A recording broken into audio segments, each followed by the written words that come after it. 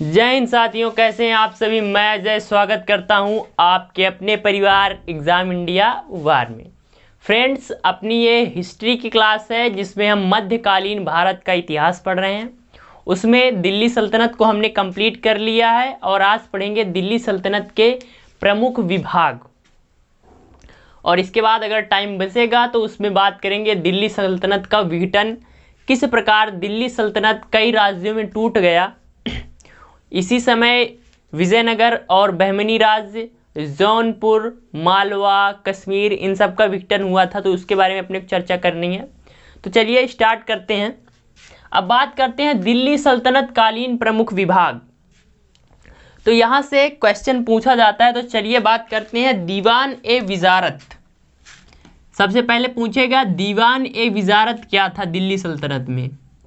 तो दीवान ए वजारत या विजारत, तो इसका जो साथी प्रमुख होता था वो होता था आपका वजीर। वजीर यानी जो उस समय समझ लीजिए प्रधानमंत्री। तो वजीर का विभाग होता था किसका साथी, वजीर, वजीर का विभाग। और इसका काम किसका था साथी, वित्त संबंधी, अर्थात जो रुपया पैसे का मामला था वो इसी मंत्रालय के अंतर्गत आता था जिसे दीवान ए विजारत कहा जाता था। तो किसका, वित्त संबंधी लेखा जोखा इसी के अंतर्गत किया जाता था। किसमें, दिल्ली सल्तनत में। अगला आ जाता है साहब दीवान ए रिसालत। दीवान ए रसालत, रसालत,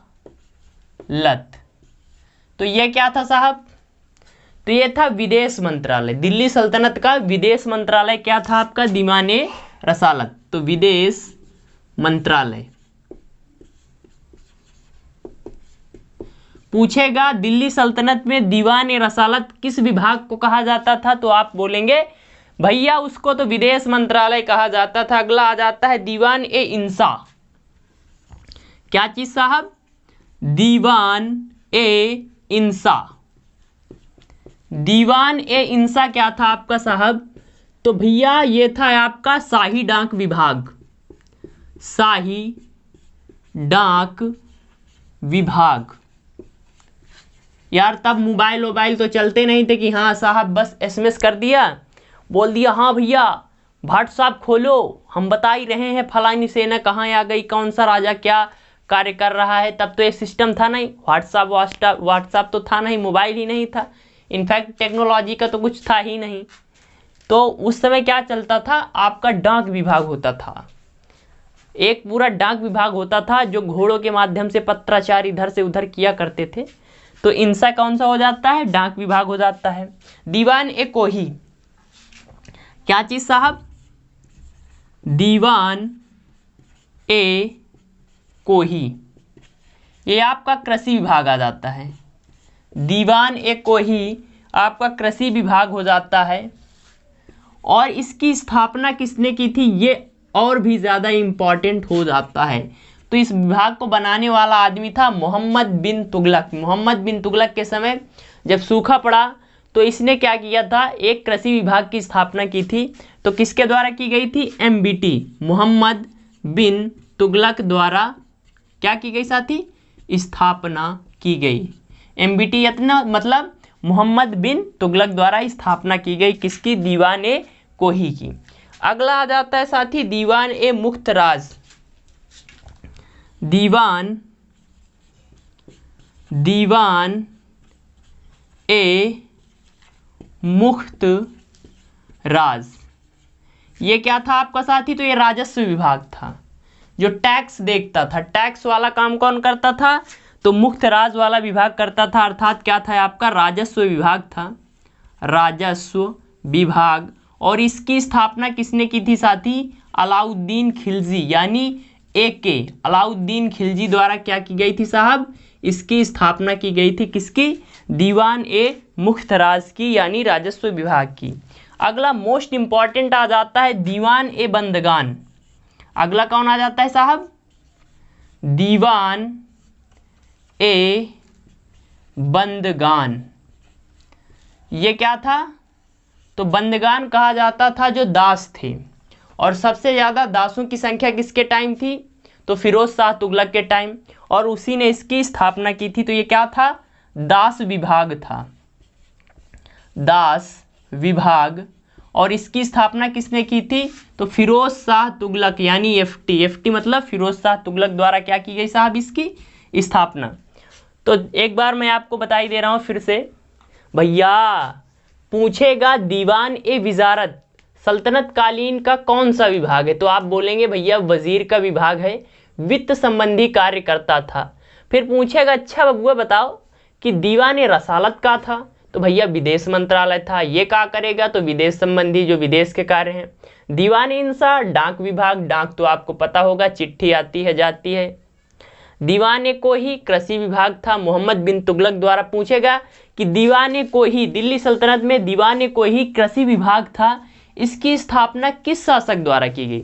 तो भैया आप काय बोलेंगे? बोलेंगे एमबीटी मोहम्मद बिन तुगलक। दीवाने मुख्तराज राजस्व विभाग अलाउद्दीन खिलजी द्वारा स्थापना। और दीवाने बंदगान ये हो जाता है अपना दास विभाग, किसके द्वारा भैया? तो अपने फिरोज शाह तुगलक भैया द्वारा इसकी स्थापना की जाती है।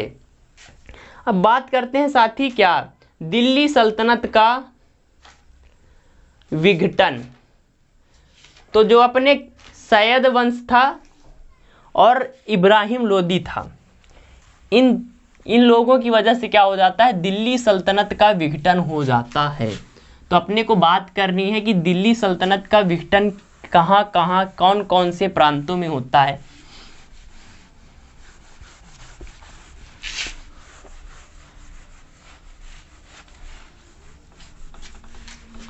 यहाँ पर अब आप क्या हेडिंग डालेंगे?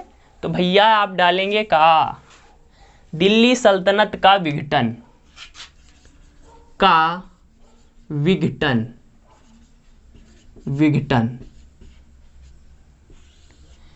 तो दुर्बल सैयद वंश व इब्राहिम लोदी की नीतियों के कारण क्या होता है? दिल्ली सल्तनत का विघटन होता है। तो किसके कारण होता है? एक तो कमजोर सैयद वंश हो जाता है, अयोग्य सैयद वंश, सैयद वंश एवं इब्राहिम लोदी की, एवं इब्राहिम लोदी की गलतियों के कारण, गलतियों के कारण दिल्ली सल्तनत का क्या हो जाता है साहब? विघटन हो जाता है। दिल्ली सल्तनत का क्या हो जाता है? का विघटन, यानी कि वो जो प्रांत थे कभी दिल्ली सल्तनत के अंतर्गत अलाउद्दीन खिलजी मोहम्मद बिन तुगलक के टाइम आया करते थे, वो क्या हो गए? स्वतंत्र हो गए। यानी का क्या हो गया भाई साहब? विघटन, यानी उनका हटाव हो गया। दिल्ली सल्तनत का क्या हुआ भैया? विघटन। अब इस विघटन को दो पार्ट्स में बांटा गया है। एक तो आपके क्या उत्तर भारत के राज्य, और एक बांटा गया दक्षिण भारत के राज्य। तो उत्तर भारत में क्या होता है भैया? यहां पर डाल दीजिए विघटन में क्या क्या? दो। एक का उत्तर भारत के राज्य, उत्तर भारत, और एक विघटन होता है कहाँ? दक्षिण भारत में, दक्षिण भारत। तो दक्षिण भारत में दो राज्य बनते हैं, एक तो बहमनी और दूसरा आपका हो जाता है विजयनगर। कौन कौन से भैया? बहमनी, और एक हो जाता है अपना विजयनगर, विजयनगर। इधर आपका आ जाता है जौनपुर, जौनपुर। उत्तर भारत में क्या आ जाता है भैया? जौनपुर, मालवा, गुजरात, आपका कश्मीर आ जाता है। जौनपुर, मालवा, गुजरात, कश्मीर, राजपुताना,